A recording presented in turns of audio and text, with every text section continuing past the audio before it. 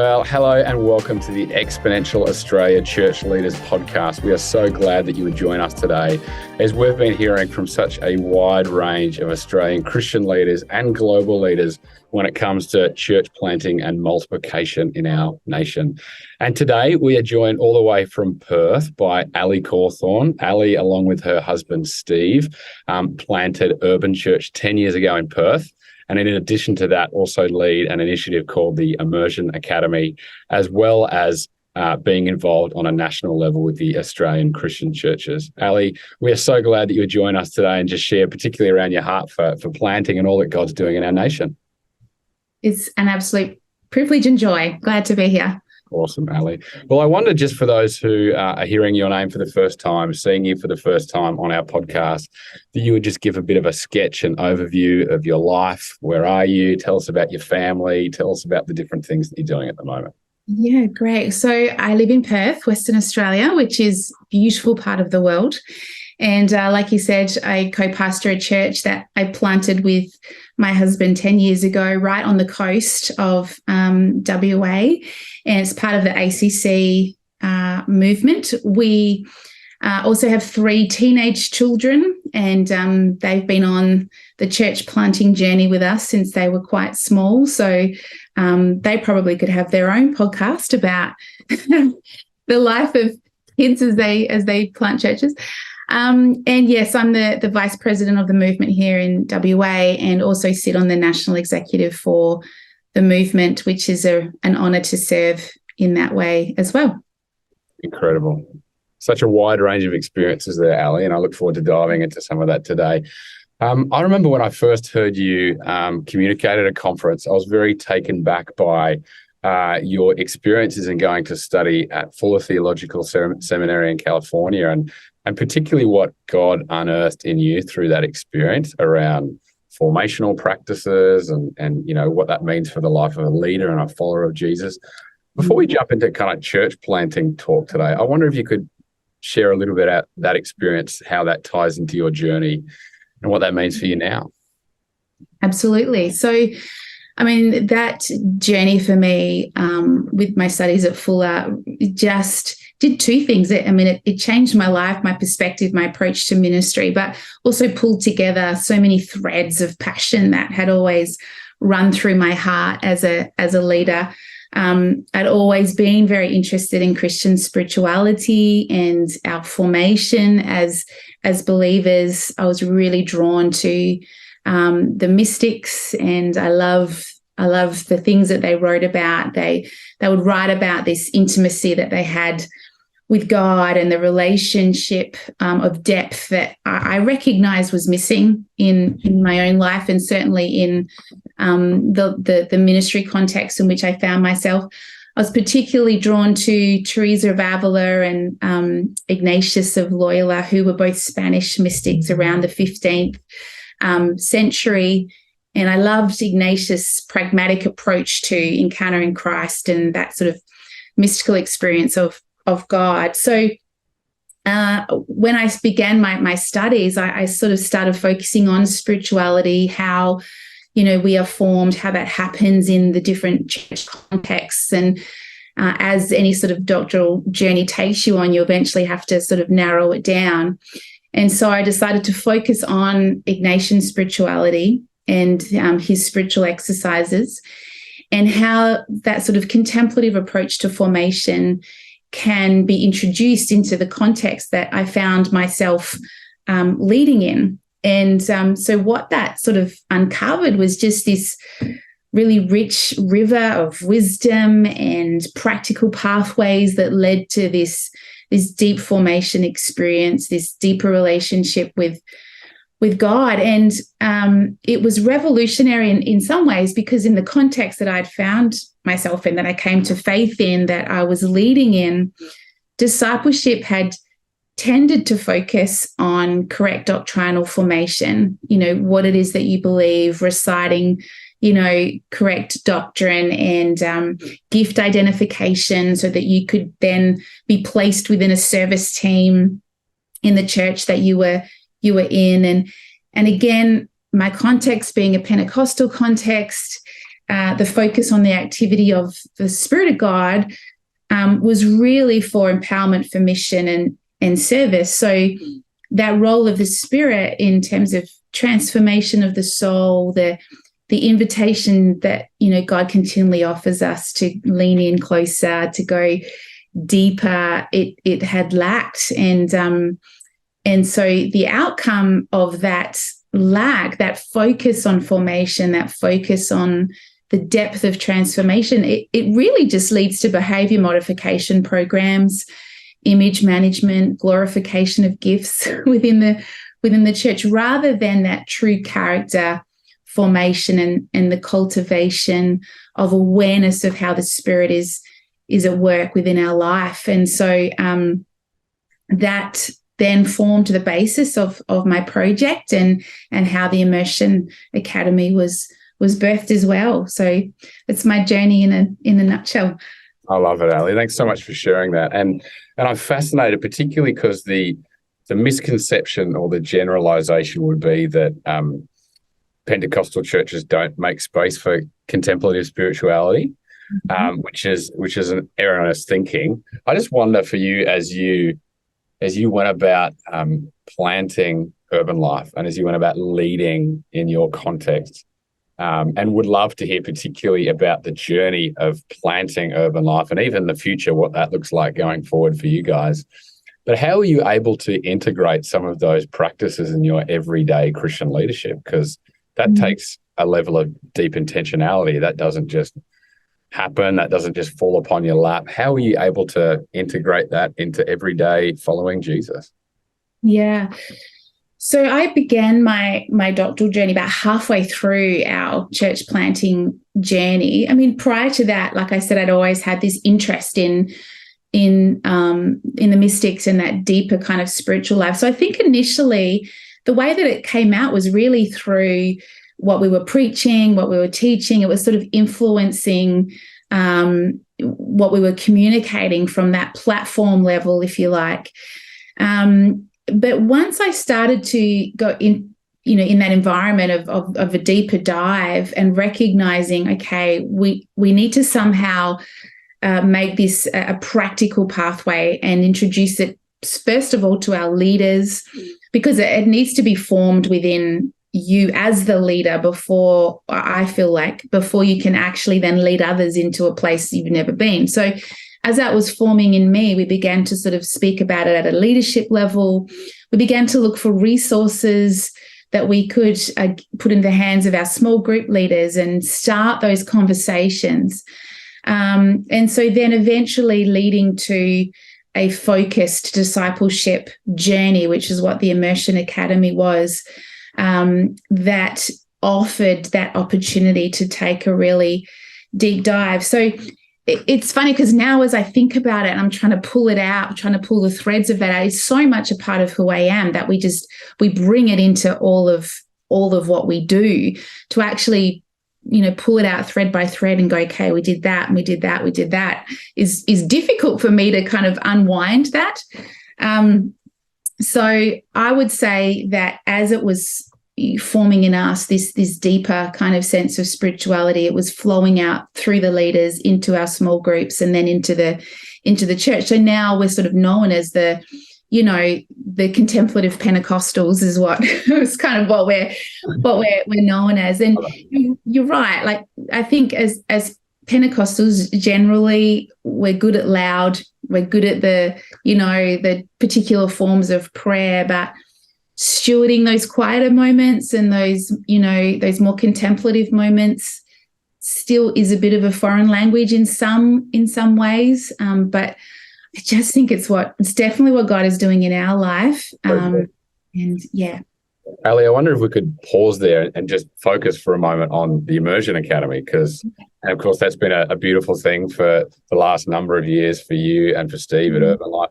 What does that look like? Because I think young adults in particular are hungering for a deeper sense of spiritual formation. And like in practice, what does that look like in the life of Urban Life? Yeah, so it's an 8-month discipleship course that is one evening a week, so on a practical level. And it's kind of broken into different modules. And so the first module really looks at self-awareness. One of the foundations for transformation is to be self-aware, to be able to reflect on our choices, our personality, our behaviors, how we've been created. And in addition to that, and equally important, is to begin to have some tools and be aware of how God has been present in our life. Even before we found faith, if you begin to look, there's these kind of fingerprints, these threads of grace that run through our life. And so the foundation of that is the belief that God has always been at work in our life, and he's always calling into that deeper relationship. So but we need to understand how that has happened and how we can respond to that, and then partner with the Spirit of God into those, deeper spaces. So there's that. Then we look at contemplative spirituality, what that is, what are some of the prayer practices, what are some of the models of the spiritual journey. We introduce some of the mystics. And then the final module is focused on Ignatian spirituality, introducing his exercises. And all throughout the year, so all throughout all of those modules, everyone is given practical exercises every week that correspond to what it is that we're talking about. And they go away and they engage in those exercises throughout the week. And then we unpack them, fairly regularly in small groups. So people travel with a small group throughout the year and they unpack what was the experience they've had. And this is also where it's quite unique, in that we call those groups contemplative listening groups. So it's kind of like group spiritual direction, because often, again, I can speak from my context. If you came together in a small group, it was about, perhaps giving advice to one another or a prophetic word or praying for each other, which is all good and all required. But what this is a contemplative approach to that. So it's about listening to each other. It's about holding and honoring the stories that we tell, and, identifying the thread of grace. How is God present? And then just asking questions. And a question's only a question if you don't know the answer, right? So it's not giving advice or praying in the guise of a question. It's truly like noticing certain aspects that we train people how to do that, and then pulling on that thread. And what we found is that in those groups, the encounters that people have with God, the transformative experiences just grow and grow and grow, because people can hear God in other people's stories and recognize, wow, God has been present to me in that same way. I didn't even know that. But formation has to happen in community. It's so important that it happens in community. That is how we have been created. It ensures that we don't fly off into heretical kind of areas, and that it encourages that vulnerability. And so, yeah, that's how it looks. There's a couple of retreats that, happen as well, where we get out of the city and just, take a bit of a deeper dive. But it's been incredible, just what people have, experienced and yeah. I love that, Ally. I was reading the other day about some of the Wesleyan revivals that happened in the United Kingdom, and we often hear about the many thousands of people that rocked up to these air crusades, but actually a lot of people talked about the real impact of Wesley was actually what happened in the smaller community groups that actually led to a multiplication of that. And I just think with any pursuit of church planting multiplication, it's got to come with deep Christ likeness as well. So I really appreciate that you guys have been able to emphasize that. I wonder if we can jump back to the church planting journey now, particularly like, how did that come about for you and Steve? Tell us some of that story. And then if you'd like to, tell us a bit of what's ahead and some of the sense that you have towards the future. Great. Yeah. So we were part of a large ACC church. At the time, it was called Perth Christian Life Centre. And our senior pastor just had a passion for church planting and had been on a journey of planting churches for several years when we were there. But to be honest with you, it was never on our heart. We were like, he would say, okay, do you guys want to plant a church? We'll be like, no, we're happy doing what we're doing. And then the only way I can sort of describe it is this holy discontent began to sort of stir. And every couple of years, prophets would come to the staff. And one year in 2012, actually, they just stood Steve and I up, and he said, look, you guys are finishing up. You're going to birth what God has put in your heart. You basically prophesied you're going to plant a church. And my husband was like, yes, this is amazing. And I was like, no way. I'm just being really honest. I was like, no, that's not in my heart. But as I held that up to the Lord, it just became really clear that that was the invitation that he was offering us. And so we said, yes, okay, let's go on this journey. And we were part of HarvestNet, which is an incredible church planning model, which offers resource, and it's so kingdom. So by then there was a couple of other churches that had been planted a number of years before and were really well established that were also part of the network. And so how it worked was we were able to go and visit their churches and cast the vision for the area of Perth we felt led to and what it was we wanted to build. And they would say, okay, who wants to go? Like, they would give people and offering and resource. And that model's still around. It looks slightly different now but it's still very much the heart of that is very much the same. The resource of people, like, how can we give you strength? And so off we went, with the word of God in our heart and some resource, which does help. Like, let's be honest, the resource helps as well. And when it came to what area of Perth we wanted to be in, we'd always felt a drawing to this particular area. And we just went on a drive one day. And as we sort of crossed over the bridge into the area, we just had that knowing, that knowing sense that this is where we were supposed to be. And we began in a school hall. Even the story of how we got that school hall was, miraculous. But we started there, and then we were able to get our own building 4 years later, which is, where we've been since. But we actually find ourselves in a new season again. So we felt that stirring again, I guess you could say, a number of months ago, and went on a journey with the Lord to try to really partner with what it was that he was inviting us into. So we've moved into a whole new season. We're now part of Numa Church. So we've handed Urban over to Numa. It's the second Perth location. Our executive pastors who are just incredibly dear to us, and the church loves, are the new location pastors. And Steve and I are the Australian hub leaders. So we oversee all of the Numa sites around Australia, strengthening those sites and working with the location pastors. So really exciting, brand new days for us, but we just are so incredibly thankful that, following the Lord is an adventure, and mostly we're thankful. Sometimes we're a bit scared, but mostly thankful and excited by what God is doing in that space at Numa. So, yeah. So good, Ally. I think, as you just said, there's always a bit of healthy fear in whatever the Lord is into, and exhilaration and excitement.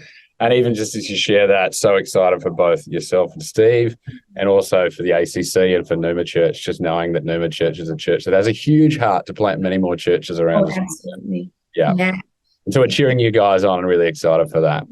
Yeah, it's great. I want to switch gears for just one last question today, Ally. This is particularly in regards to your role within the ACC, particularly on your role as a national exec member. And your portfolio has been particularly around women in leadership. You're an amazing leader yourself, Ally. I've heard you preach a number of times and really honour you for your leadership. I wonder what you would say, particularly in this moment at this time, for women in leadership right across the Australian church. I know you're predominantly within the ACC, but just your sense, your hopes, your excitement for the future of women in leadership in our nation. I am just so excited by the fact that I feel like God is really highlighting this. He's really highlighting the role that female leaders have. and again, I don't want to generalize too much, but the voice of the female voice has been a little muted in the church. And yet, if you look at the corporate world, there are so many signs that God is elevating women in our world, and in some ways prophetically speaking into the church. And I think it should be the other way around, actually. So I think God is just putting his finger on some of that. To have the full representation of who our God is, we need men and women to stand alongside one another and to offer their perspective and to offer their voice and to offer how they see things together so that we can understand the heart of God. And so I'm excited by that. And I would say to the female leaders in our nation to really rise up into the grace that they feel is upon their life.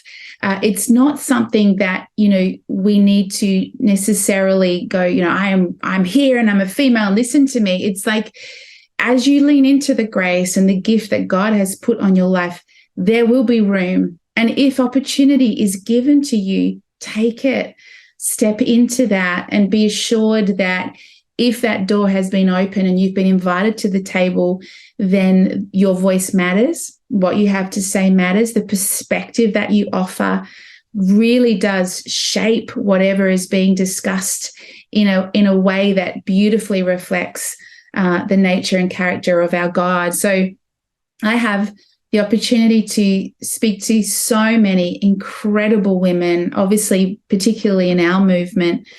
I'm just daily blown away by their insight, their wisdom, what they're doing. And if I can encourage, come alongside, cheer on, I will do that until the day I die, because I'm really passionate about this. Wow. Ally, we've been so encouraged today by your words, by your story, by what the Lord's been doing in your midst, literally as we speak. And so we're so thankful that you would join us today on our podcast, and are wishing you and Steve, in all of your different roles and capacities, just the best of wishes, and we're cheering you on into the future. So thanks so much for being with us today. Thanks for having me. It's my honor.